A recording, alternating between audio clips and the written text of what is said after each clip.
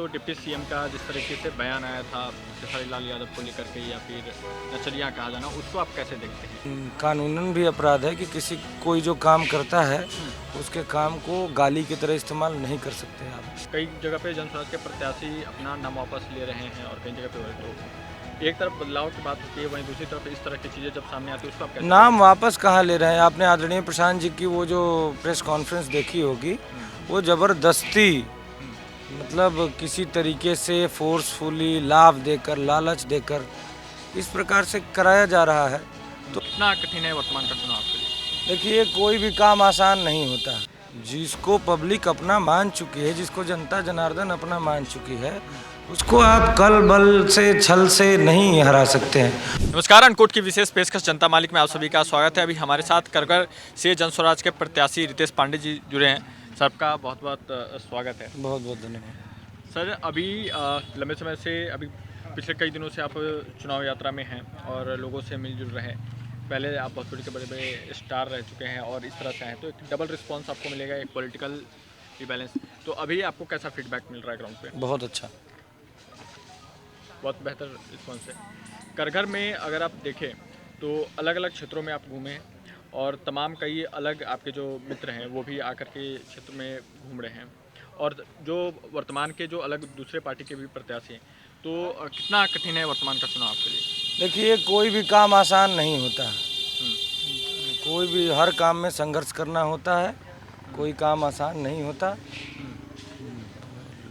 लेकिन ये है कि पूरा बिहार बदलाव की तरफ बढ़ चुका है। पूरे बिहार वासी और उसमें करघर सबसे अग्रणी भूमिका निभा रहा है। बदलाव तय है। बदलाव तय है। कई जगह पे आपके, क्योंकि आप अपने क्षेत्र के अलावा भी प्रचार प्रसार कर रहे हैं कहीं कहीं पे। अब जैसे कल रात हमें पता चला कि आप सीमांचल के क्षेत्र में शायद थे, तो वहाँ भी जा रहे हैं। कई जगह पे जनस्वराज के प्रत्याशी अपना नाम वापस ले रहे हैं और कई जगह पे तो एक तरफ बदलाव की बात होती है, वहीं दूसरी तरफ इस तरह की चीज़ें जब सामने आती है उसको आप कैसे? नाम वापस कहाँ ले रहे हैं? आपने आदरणीय प्रशांत जी की वो जो प्रेस कॉन्फ्रेंस देखी होगी, वो ज़बरदस्ती मतलब किसी तरीके से फोर्सफुली लाभ देकर, लालच देकर इस प्रकार से कराया जा रहा है। तो ये कितने दिनों तक चलेगा? जिसको पब्लिक अपना मान चुकी है, जिसको जनता जनार्दन अपना मान चुकी है, उसको आप कल बल से छल से नहीं हरा सकते हैं और किसी को रोक नहीं सकते हैं आप। वो विधि के हाथ में है, वो ईश्वर के हाथ में है, प्रकृति के हाथ में है। आप कितने भी शक्तिशाली हैं, कितने भी धनवान हैं, आप किसी को आने से नहीं रोक सकते। ये दुनिया की रीत रही है, तो वो कितने दिनों तक चलेगा? प्रशांत किशोर के नेतृत्व पे अगर आप बात करें, कई लोग वहाँ पे विधानसभा चुनाव ना लड़ रहे हैं, तो उस पर भी कई सारे सवाल उठे पहले में। वर्तमान में लोग ये कहते हैं कि अगर वो चुन करके अगर चले जाते विधानसभा में, अगर वो जाते, क्योंकि पार्टी के वो मुखिया हैं, संस्थापक सदस्यों में से एक हैं, तो एक कैंडिडेट जाता है और एक संस्थापक। अगर पूरे ओवरऑल बिहार में अगर आप देखें तो उनकी छवि जिस तरीके से नज़र आ रही है, उनको ही मेन लीडर के रूप में, जनस्वराज के रूप में देखते हैं। तो लोग ये कहते हैं कि अगर वो खुद लड़ते जीते, पार्टी उनकी आती नहीं आती अगर, लेकिन अगर वो खुद विधानसभा में रहते तो वो बात कुछ और होती है और जनस्वराज को लेकर के एक अलग ही विश्वास लोगों में जाता। तो आपको लगता है कि उनको चुनाव उस समय लड़ना ज़्यादा बेहतर होता है? नहीं, देखिए, हमारे पार्टी में लोकतांत्रिक पार्टी है। हमारे पार्टी की जो कोर टीम है वो निर्णय लेती है कि किसको चुनाव लड़ना है, किसको चुनाव नहीं लड़ना है। तो आदरणीय प्रशांत जी भी उसी निर्णयों पर आश्रित होते हैं। जो निर्णय होता है वही पालन करते हैं। तो पार्टी के जो पदाधिकारी हैं, जो कोर टीम है, उसका निर्णय ये था कि भाई आपको एक जगह जहाँ पे कुछ दिन आप इन्वेस्ट करेंगे, उसके जगह पे आप जितने भी 243 पे हम लोग लड़ रहे हैं, क्योंकि हमारे आदरणीय प्रशांत किशोर जी के विचारों से ही बनी ये पार्टी है। उनके विचारों से ही लोग जुड़ रहे हैं, तो उनकी ज़रूरत हर जगह है। मेरे ख्याल से उन्होंने जो फैसला लिया, पार्टी ने जो फैसला लिया, एकदम उचित लिया। भोजपुरी इंडस्ट्री से अगर देखें तो न सिर्फ जनस्वराज, तमाम कई दूसरे पॉलिटिकल पार्टी से कई सारे लोग चुनाव लड़ रहे हैं, कई सारे लोग चुनाव प्रचार कर रहे हैं। लेकिन अगर आप देखें तो डिप्टी सीएम का जिस तरीके से बयान आया था खेसारी लाल यादव को लेकर के या फिर नचलियाँ कहा जाना, उसको आप कैसे देखते हैं? एक प्रत्याशी के रूप में नहीं, ये मैं जानना चाहता हूँ, ये एक उस इंडस्ट्री से जुड़े हुए व्यक्ति के रूप में आप? नहीं, बिल्कुल गलत है। किसी के काम को इसी तरह गाली के तरह इस्तेमाल नहीं किया जाना चाहिए। ये तो कानूनन भी अपराध है कि किसी कोई जो काम करता है उसके काम को गाली की तरह इस्तेमाल नहीं कर सकते आप। फिर भी उनसे जो जिसने ये बात कही है उससे और ज़्यादा क्या उम्मीद की जा सकती है।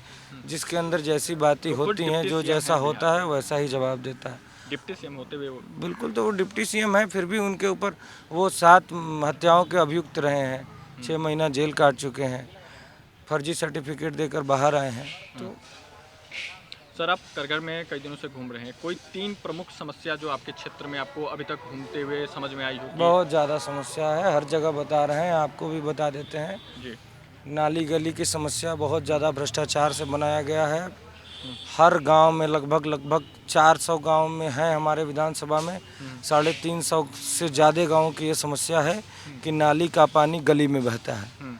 उससे बहुत जो पैरों में लगता है वो पानी घर में जाता है, बॉडी में जाता है, फिर सैकड़ों प्रकार की गंभीर बीमारियां होती हैं।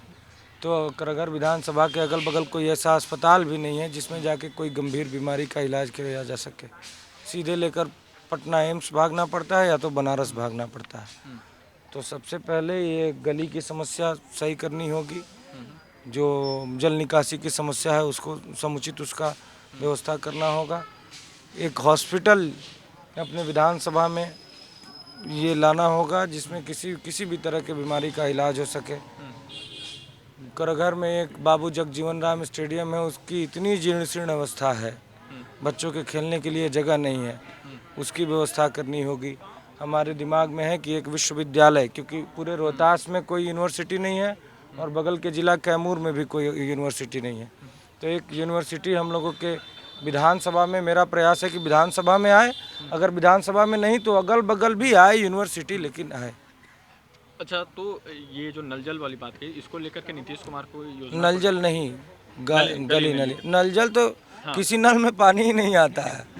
वो जितना टैंक, उसमें तो सबसे ज़्यादा भ्रष्टाचार हुआ, सबसे ज़्यादा भ्रष्टाचार हुआ। भ्रष्टाचार सबसे बड़ी समस्या है।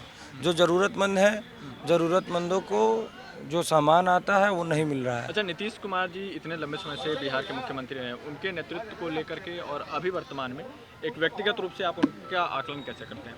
देखिए, जो इनका शुरुआत का 5 साल का कार्यकाल था, उन्होंने काम किया, जंगल राज से बिहार को निकाला, नो डाउट, इसमें कोई दो राय बात नहीं है। लेकिन उसके बाद सिर्फ और सिर्फ वो अपनी कुर्सी बचा रहे हैं। अभी वो अचेतावस्था में है। अगर अचेतावस्था में नहीं होते तो उनके इतने सारे मंत्रियों पर भ्रष्टाचार के आरोप लग रहे हैं, वो कुछ ना कुछ एक्शन लेते, लेकिन उन्होंने कोई एक्शन नहीं लिया। साक्ष्य के साथ आरोप लगाए गए, फिर भी उन्होंने कोई एक्शन नहीं लिया। ये साक्ष्य प्रमाण है, साक्षात प्रमाण है कि वो शासन करने के स्थिति में नहीं है, मानसिक रूप से या शारीरिक रूप से। आप सर एक सिंगर भी हैं, बहुत अच्छा आपने कई सारे गीत गाए हैं। एक गाना जो मुझे व्यक्तिगत रूप से पसंद है वो जाए चंदा, ठीक है। ज़्यादा आसान आपके लिए क्या है, एक गाना बनाना या फिर राजनीति? आसान, देखिए मैं पहले ही बताया कि आसान कोई काम नहीं होता है। हर काम में संघर्ष है, पूरा जीवन ही लाइफ इज स्ट्रगल कहा जाता है। तो आपको हर काम में तन मन से लगना होगा, तभी कोई काम होगा। आसान कुछ नहीं है इस दुनिया में, आसान कुछ नहीं, कुछ भी नहीं। हमारी शुभकामनाएं हैं आपके साथ सर, बहुत और आशा करते हैं कि चुनाव के बाद फिर से आपसे मिलेंगे। तो दोस्तों साथियों, ये हमारे साथ करगर विधानसभा से जनस्वराज के प्रत्याशी रितेश पांडे जी थे। इन्होंने आपको बताया फिलहाल करगर में क्या चल रहा है, और प्रशांत का बहुत विश्वास है, इन पे भरोसा है, और आशा है कि चुनाव के बाद हम मिलेंगे और इस सीट का आकलन करेंगे और आपको बताएंगे कि आखिरकार बिहार में विधानसभा चुनाव के बाद आपको यहाँ से करगर से जनस्वराज को जीत मिलती है या फिर नहीं थी। हमारे साथ रितेश पांडे थे, आप देख रहे थे अनकोट। जय हिंद।